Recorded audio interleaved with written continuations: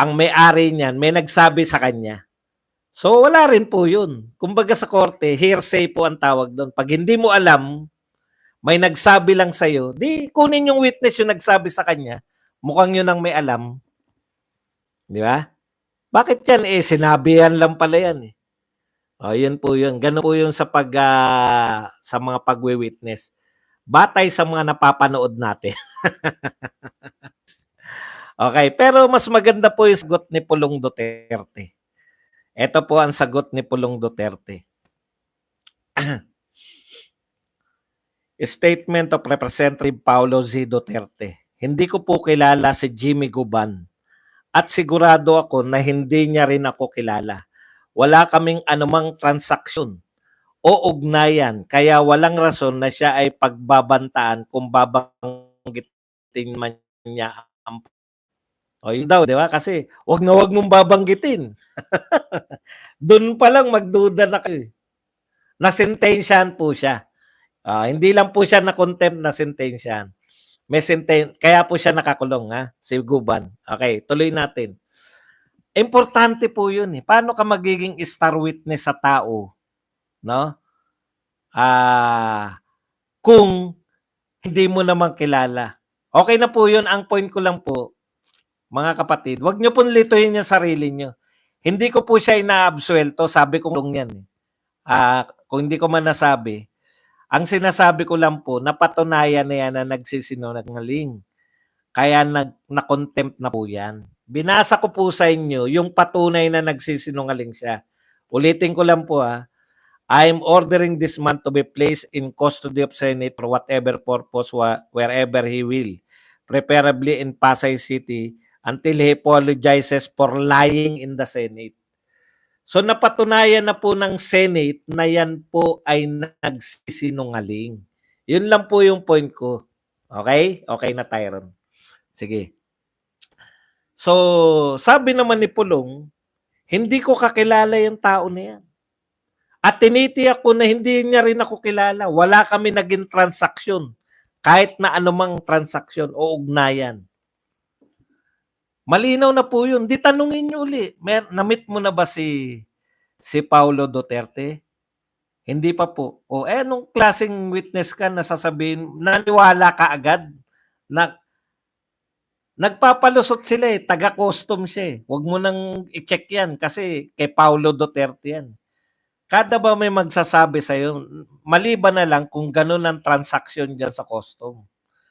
Kasi buong custom yung pinapahiya ni Jimmy Guban. Akala niya, ididiin niya lang ngayon sila Pulong. Pero buong yan, eh. Ibig sabihin pala, sa custom, pag sinabi lang kahit walang ebidensya na kay Pulong yan, maniniwala na sila. Okay.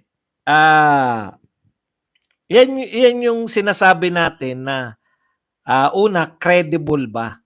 Sino pong congressman yung may hawak kay 'di ba? Paano niyo nakuha yan na witness kung ganyan lang yung credibility? Ang dinidiin niya hindi niya pa po na nakakatransaksyon.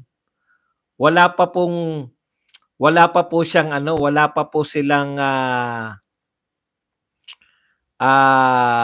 pagkikita, hindi pa sila nagkikitang personal. Diyan po dapat lumalabas, sabi, hindi kayo nagkikitang personal. Di magpakita kayo ng ebidensya na meron silang mga transaksyon. Ano yung mga transaksyon na yun, no? Ganun. Okay. Nais ko pong ipaalala sa taong bayan, ito po kay Pulong Duterte na rin, no? Ang salitang star witness ay humahalimbawa lamang sa mga taong nagsasalita ng katotohanan lamang at may kredibilidad. Yun ang kahulugan ng star witness. Hindi po si Jimmy Guban ang taong yan sapagkat siya po ay na-contempt na ng Senate Blue Ribbon Committee dahil sa kanyang pagsisinungaling. Klaro po na walang kredibilidad ang taong yan at walang basehan ng kanyang mga sinasabi noon pa man. Kaya, di ko po alam kung bakit bigla siyang naging star witness dito. Nais ko din po sanang makita ang kanyang sinumpaang salaysay upang mapag-aralan din namin ng abogado ko. Yan po ang statement ni Pulong Duterte. So ano po yung maliwanag dito? Nagke-create po sila ng star witness na hindi po credible. Nagke-create sila ng star witness na hindi man lang kilala. Miski siya aminado, hindi naman niya kilala personal 'tong mga 'to. Paano mo ididiin, sasabihin na involved? Yan lang po ba yung inyong yung masosorpresa ang lahat na involved ang mga Duterte sa droga? Sinabi lang sa kanya na yung palulusutin nila ay kay Pulong Duterte, kay Mans Castro. Eh lahat po ng abogado, kaya nga kinakantyawan ko si Barry Gutierrez. Di ba abogado ka? Naniniwala ka sa witness? Wala pong abogado na, kahit po yung abogado na pro Marcos na, no? Hindi po walang kredibilidad. Ganun lang po 'yun. Wala po siyang kredibilidad. Okay? Okay. So ngayon, still ang mga tao ngayon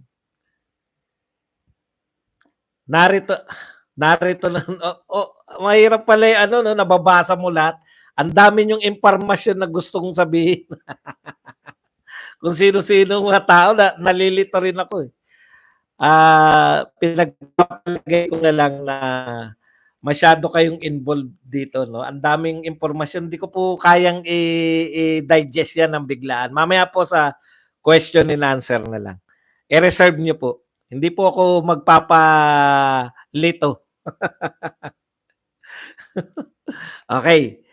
So, actual, gaano po ka-actual yung problema ang binabato natin? Actual po kasi yung problema ng kahirapan, actual po yung problema ng mataas ng presyo ng bilihin. Pero paano po nila sinasagot yan? Binawasan lang po nila yung presyo ng para ka maging hindi ka na mahirap, no? Ang mahirap po rito sa gobyerno natin, akala nila malulutas nila yung mga suliranin sa pamamagitan lang ng propaganda. Propaganda lahat eh. It's a battle of propaganda. Nagbibintang, actually hindi nagbibintang eh. Nag-aakusa. Inaakusahan ng mga Duterte supporter sa pangungunan nila Maharlika, no? Nila Tatay Digong din mismo, 'di ba? Nag-akusa siya na bangag sa kanya natin una na rin. Tapos yan, sumulpot sila Maharlika. May mga witness. Buti pa si Maharlika, credible yung witness eh. 'Di ba? Si Kati Binag. Kasama siya. Hindi po maidi-deny na kakilala siya. Yun po yung dapat ganun man lang yung witness, no? Basahin din nga pala natin yung mga sinabi ng iba. Nung ibang sinabi na dinadawit. Ito po, katulad po nito. Si Yusek, Yusek pala to ngayon. 2024. Si Yusek Paul Cheres, ito po sinabi, I don't personally know nor I ever met even up to now any of the Dutertes, Attorney Mans Carpio or Michael Yang. I also never had any personal or professional dealings with Mr. Guban. While I was covering the custom bit, although the things I've been hearing about him at the waterfront are all unsavory. Time and again, Guban has been proven to be an inveterate liar. So, yung isa sa dinadawit niya, pinagbibintangan din siya nagsisinungaling. Si Benny Antiporda, naalala ko to, ito yung tagapagtanggol ng anong tawag diyan? Dinadawit din pala, no? Tagapagtanggol to ng Dolomite. Walang connection. That's why nagtataka ko bakit ganyan ginagawa sa akin. We all know na nakakulong nga siya at gusto niyang masave siya roon sa pagkakakulong niya. O, tignan nyo. Kaya mahirap po maging witness yung nakakulong. Pag hinalaan kagad. That's why, pag mga nakakulong, hindi naman po, no, may mga mabubuti namang tao dyan sa mga nakakulong. O hindi naman po lahat ng nakakulong masasamang tao. No? That's why hindi po sila katiwa-tiwala no? Hindi sila katiwa-tiwala pagdating dito sa sa may bilang mga witness. Tuloy natin. We all know na nakakulong nga siya at gusto niyang mai-save siya ron sa pagkakakulong niya. Gawan niya ng paraan na tama. Huwag na siyang mandamay ng taong walang kasalanan. Okay, so again, tinututulan tinututulan na naman na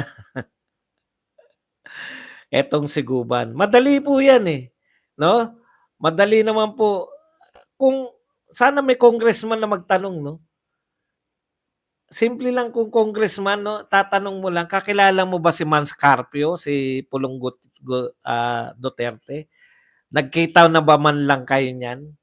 Kasi pinagbibintangan mo sila na yan, kung yan lang po yung pinakamalaki yung bato sa Duterte. No, may witness kayo na hindi niya man lang kakilala personal, wala man lang sinasabi na sila ay nagkasama. Kasi lahat ng witness, eto malinaw po sa akin to Tandang-tanda ko lahat ng witness laban kay De Lima. Meron talaga sila Yung witness po na nagko-concert, bakit hindi ka maniniwala kay sino na nga yung nagko-concert sa Bilibid? Yung karibal nung namatay na si Sebastian, sino na nga yung nagko-concert nun? Kilala niyo yan Yun, 'di ba? Bakit hindi ka maniniwala si Colango? Bakit hindi ka maniniwala nakakapag-concert, ikaw yung Department of Justice. Kaya si De Lima, mahirap na mabura sa atin 'yun kasi nasaksihan natin sa TV. Naano natin 'yun nasaksihan natin yung mga witness against sa kanya. Tapos etong sinasabi na witness na bumaliktad, hindi natin nasaksihan, hindi sa TV. Doon lang sila sa korte.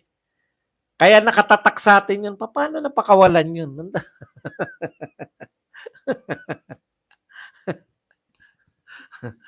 Di ba? Mas kapani-paniwala po yun May mga picture, may mga video pa nga. Totoo naman si Colango, naglalabas pa siya ng mga CD noon, no? Uso pa yung CD. Nakakapaglabas pa ng CD, may mga album pa. Yun ang katiwa-tiwala. Talagang meron silang yun ang mga witness na nangyayari. Ito naman po, sinabi lang sa kanya kay Pulong yan, kay Mans Castro yan. Kaya nakakatawa po kayo mga congressman. Para lang po maidiin nyo yung mga Duterte, lalo po nyo nilulubog sa putik makikita nyo naman po yan sa tunay na mga survey, no? Wag lang sa OctaArts. Wag lang sa OctaArts.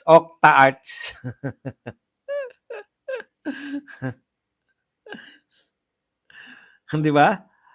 Yung mga tunay na survey, makikita nyo Tumataas ba yung nyo sa ginagawa ninyo sa mga Duterte? Lalo nyo, magtapatan na tayo, lalo nyong dinidiin. Nag-platinum pa yung album, kita nyo? Lalo nyong dinidiin yung